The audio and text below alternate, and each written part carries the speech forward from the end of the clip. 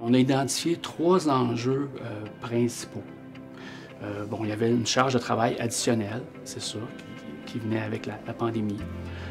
Il y avait également peut-être, en fait, on avait peut-être une crainte ou de l'appréhension d'un sentiment, là, pas de morosité, mais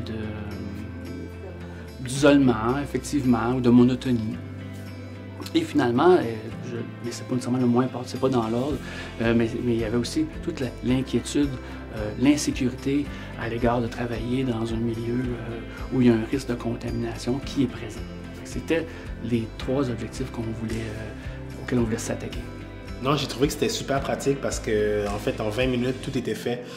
J'avais fait la file d'attente, je m'étais fait vacciner, puis il y avait également des directeurs adjoints qui étaient présents pour s'assurer qu'on n'ait pas d'effet négatif là, après la vaccination.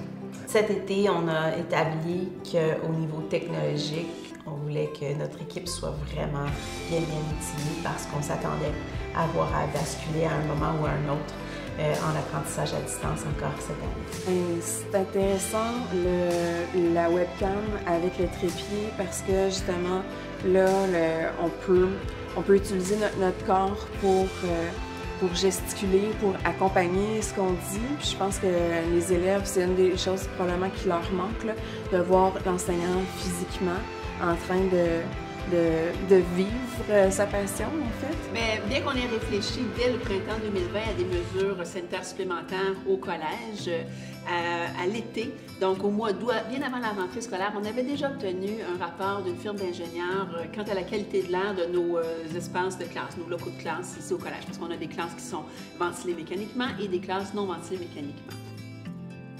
Ce qu'on souhaitait, c'est de faire une filtration de la qualité de l'air, parce que l'ouverture des fenêtres a quand même certaines limites pendant différentes périodes de l'année.